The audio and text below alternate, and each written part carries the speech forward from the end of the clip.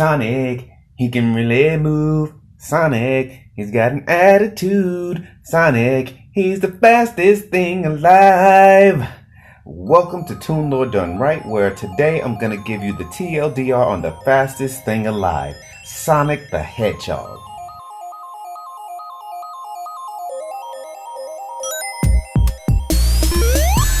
Welcome to Toon Lore Done Right, where I take a moment to give you a brief yet detailed history of a movie, TV show, character, or concept within animation. You can call me Dave, and I'm kind of a Toon historian in training. In honor of the upcoming film slated for release in February 2020, today I wanted to take some time to talk about the animated history of Sonic the Hedgehog. Now, I know that Sonic started off as a video game character, and there's a lot of history in his games. However, that won't be my main focus right now. This, of course, is Toon Lore Done Right, not gaming lore done right. So maybe I'll tackle the gaming history at some point in the distant future, but for now, I'm going to stick with the tunes. So now I'm going to step into the quick history portion of the show. This is where I take a step into the origins of Sonic's history to build a framework for the rest of the show. Now, if you've literally never heard of Sonic before, you won't come into this completely blind. Sonic the Hedgehog is the main character of a video game from the 90s for the Sega Genesis gaming console. He was designed by programmer and artist Yuji Naka, and Sonic was created to rival Mario, who was the mascot of their main competitor, Nintendo. Now, in his video game adventures, Sonic would repeatedly face off with the villainous Dr. Ivo Robotnik, or also known as Dr. Eggman, who would capture woodland creatures and use them to power his evil death machines. Now, Sonic's games and popularity quickly grew, and the character spun off a number of products. These products span across all media, including, but of course not limited to, toys, more video games, printed media like comic books, animations, movies, as well as TV shows. And while the quality of Sonic games have not been consistent, the character's popularity continues to grow. So now I'm going to dive into the main Toon lore. Sonic has had many animated outings, and most of them are self-titled. So I'm probably going to say Sonic like 100,000 times over the course of this episode. But the shows that I'm going to talk about are called The Adventures of Sonic the Hedgehog, then Sonic the Hedgehog, Sonic Underground, Sonic X, Sonic Boom, the Mania miniseries, and lastly I'll talk about the Sonic OVA, or what most people think of it as the original animated Sonic movie. So to give a little brief history about my connection to the character, the first introduction that I had to Sonic was, of course, by playing his video games on the Sega Genesis. My first Sonic game was Sonic the Hedgehog 2 that came bundled with the Sega Genesis, and I've played that game probably 100 times over my lifetime. Now, the Sega Genesis was where I instantly latched onto the game character and the lore surrounding it, but my interest only grew as I played more of the games and watched more of the TV shows. The first TV show that really got me connected to the character was, of course, The Adventures of Sonic the Hedgehog. The Adventures of Sonic the Hedgehog was a bright and colorful show, and it had a real Tex Avery or Looney Tunes vibe to it. The show debuted in 1993 and would air on the weekdays, typically in the mornings, or at least that's when I would catch it when I was growing up. It was an episodic show with no true overarching narrative, and it followed the escapades of Sonic and his best buddy, Miles Prower, or he's also called Tails. And Tails is a fox with two tails that uses those tails to fly. Now, the show was loosely related to Sonic. Only a few characters and certain locations were in reference to the original source material. It was in this show that we got a hint of Dr. Robotnik's hatred for Sonic, but everything was in a real slapstick display. Now, we're also introduced to the concept of Dr. Robotnik having two bumbling robotic minions. In this show, we had Scratch, who was a rooster with a high-pitched voice and a very unique laugh.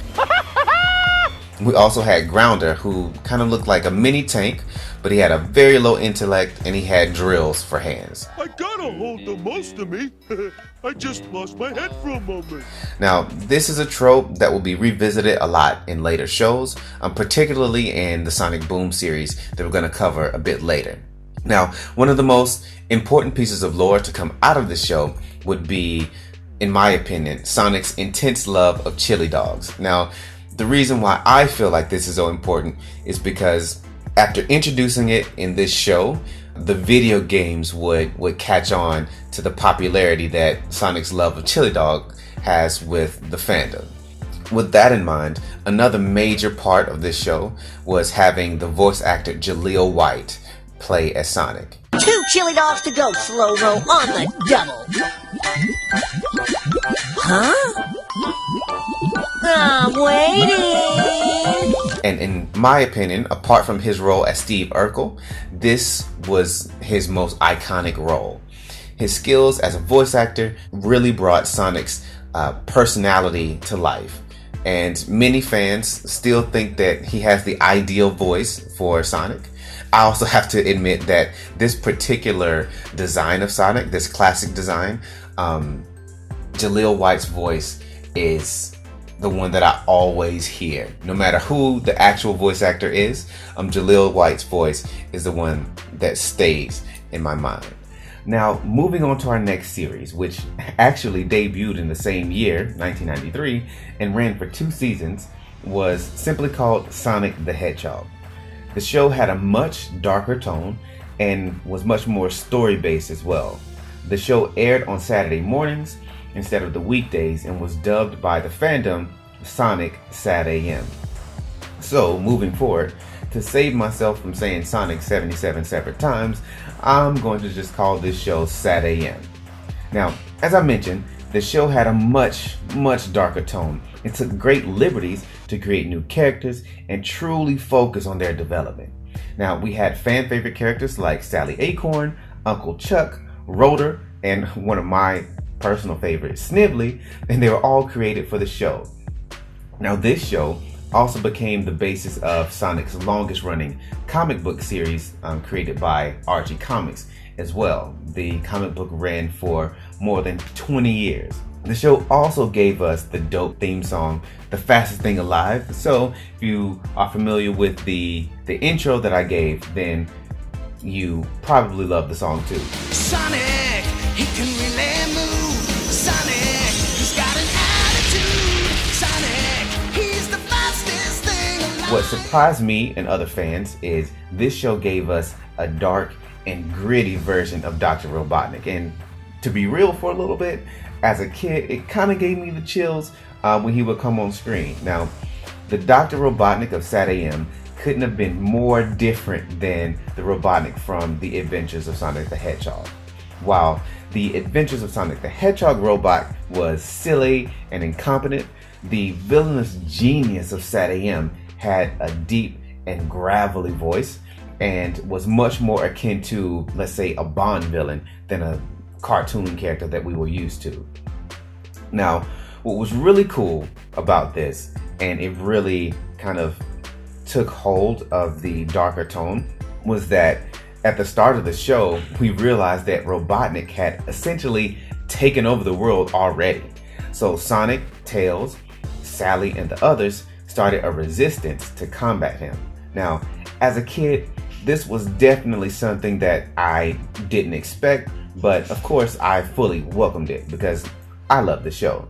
I followed the narrative and I was kept in constant suspense as to what would happen next. Now, I will admit that having these two shows play close to one another kind of confused me a little bit as a kid. Sometimes I would watch The Adventures of Sonic the Hedgehog and think, well, where's Sally? And then I'll hop back to the other shows and think, why is this so dark and not as silly? But no matter how confused I was about these two shows, I did still enjoy them both. Sat AM more than The Adventures of Sonic the Hedgehog, but no matter how confused I was with these two shows, and with all their faults, I still pretty much love them both. But too bad I can't say the same thing about the next show. Sonic Underground. It debuted in 1999 and ran for 40 episodes. Now, at first, this show gave me hope. Since Sat AM ended in 1994, I wasn't sure I'd ever see another Sonic TV show. Then, I first started to see commercials for this show, and I got mad hype. It was nearly identical in the art style of Sat AM, and I thought that I'd finally be able to get some of the answers that I didn't get from the ending of Sat AM, like the cliffhanger ending, who was the mysterious character in the shadows, what is going to happen next, what's going to happen between Sonic and Sally, but sadly, none of those questions were answered. Instead of continuing the journey of Sonic, Sally, and the Freedom Fighters, we got a story about triplet hedgehogs, Sonic, Sonia, and Manic. They were separated at birth, and then brought together by, you'll never guess this, the power of music. Now, in their journey, they're on a quest to save their mother from the evil Dr. Robotnik. And this show kind of frustrated me as a kid because it seemed like they were trying to capture some of the same magic as Sat AM, but they missed the mark on all the important ways. Since the story and the characters were so much different, I would have appreciated a difference in art style just that would complement the story. By doing this, they would have been able to develop new emotions for the new show. This likely would not have made the plot of the show any better, but my expectations going into the show would have been a little bit different. Now, while I don't feel positively about this show as a whole, there were some cool things about it. Jaleel White reprised his role as Sonic, and he also played the other two Hedgehog characters as well. And I've said this before, but Jaleel White is one of my favorite Sonic voice actors. Manic in the show, he was a green hedgehog and played the drums. He became a fan favorite of the show as well. Another cool thing about the show is I was able to see one of my favorite Sonic characters show up in animation for the first time, and this is Knuckles the Echidna. Other than that, you're hard pressed to find anything really great about the show. I'm sure there are many people and many fans in the world who like the show or even love the show, but I'm just not one of those people. Now, a show that I am a fan of is Sonic X, which debuted in 2003. Now, full disclosure, I missed a lot of Sonic X in its initial run, but I caught most of it when it was released on Hulu years later. When it was originally released, I was genuinely excited to see it because I knew that it was loosely based on my second favorite Sonic game of all time, Sonic Adventure 2. Now, it does deviate from Sonic Adventure 2's storyline a bit, however, the major plot points are there. Dr. Robotnik is working with Shadow the Hedgehog to threaten the world using a giant space laser. The show originally was planned for 52 episodes, but it was expanded to have 78 episodes. Now, oddly enough, those remaining episodes never received a traditional broadcast. They were instead streamed on a Japanese streaming service. However, as a tie-in promotion for the upcoming movie, the entire Sonic X series, including the added episodes, will play on Japanese TV. This will be the first time ever that every episode will be aired on traditional media. Now, I should also note that as of December 2019, the original 52 episodes of the original Sonic X are available on Netflix. So, if you're a Sonic fan that missed out on the show for some reason in its original run, you should definitely go check it out. The show does a great job of respecting the source material and adapting a fairly established storyline into the small screen. The next show that I have on the list is a major departure from anything else that came before it, and it definitely takes some liberties and some risks that no other show has done before, and really nobody in the fandom was expecting. Sonic Boom premiered in November 2014 and was a tie-in to the game of the same name. Now, I know I said I wouldn't talk much about the games, but I have to say this about the Sonic Boom video game. It was garbage. Oh no, he didn't! I mean, it sucked really bad. Like, it was riddled with glitches, and it was nearly an unplayable game. Now, this was disappointing to a lot of fans because Sonic Boom did a major redesign for each of the characters, and if the game was good, it could have helped to define the Sonic series and games for years to come. But since the game was terrible, people didn't have much hope for the show either. But to my surprise, and to the surprise of many fans, the show was actually really fun to watch. The series centers around Sonic, Tails, Amy Rose, Knuckles the Echidna, and an original character named Styx the Badger. Instead of being a purely action show, the series was a comedy aimed at children and teens, and then the adults who grew up with the Sonic series like myself. In their adventures, they face off with Dr. Eggman and his two bumbling robotic sidekicks, Orbot and Cubot.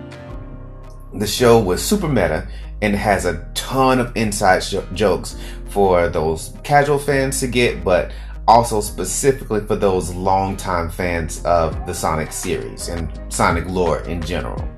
The series was not afraid to make fun of itself, and it really embraced its wacky side. By not taking itself too seriously, the show went on to, in my opinion, great fan success.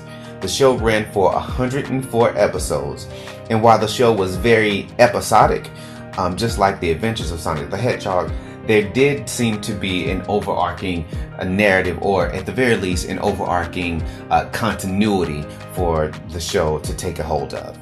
Now, Sonic Boom was definitely a refreshing take on classic Sonic characters. So, speaking of refreshing takes on characters, the next thing I want to briefly mention is the 5-part animated shorts called Sonic Mania Adventures.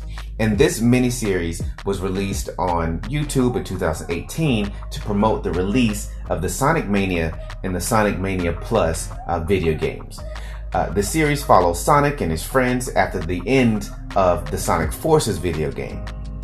Now, we see characters like Sonic, Knuckles, Tails, Mighty the Armadillo, and for the first time, Ray the Flying Squirrel take on Dr. Eggman and his mechanical masterpiece, Metal Sonic.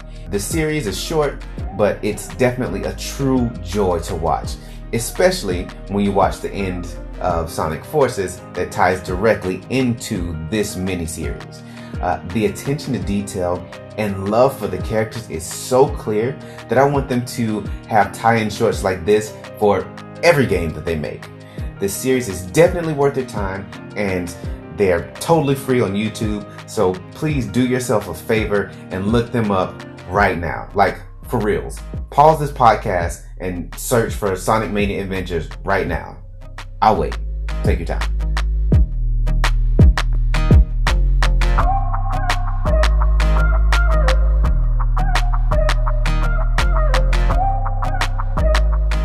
So, are you back? Okay, cool. Now, I know that the Sonic live action movie will be out soon, so I wanted to end this episode on the original animated movie. Now, simply called, as you have probably guessed, Sonic the Hedgehog, this movie was originally a 2-part OVA, and OVA stands for Original Video Animation. It was loosely based on the game Sonic CD and was originally released in 1996. Now, the story follows Sonic, Tails, and Knuckles as they do battle against Dr. Robotnik and his master creation, Metal Sonic. Now, the movie is, in my opinion, a fun ride and has some legitimate intrigue. We get to see some depth to Sonic characters, especially as they fight against Metal Sonic, who equals Sonic in almost every way.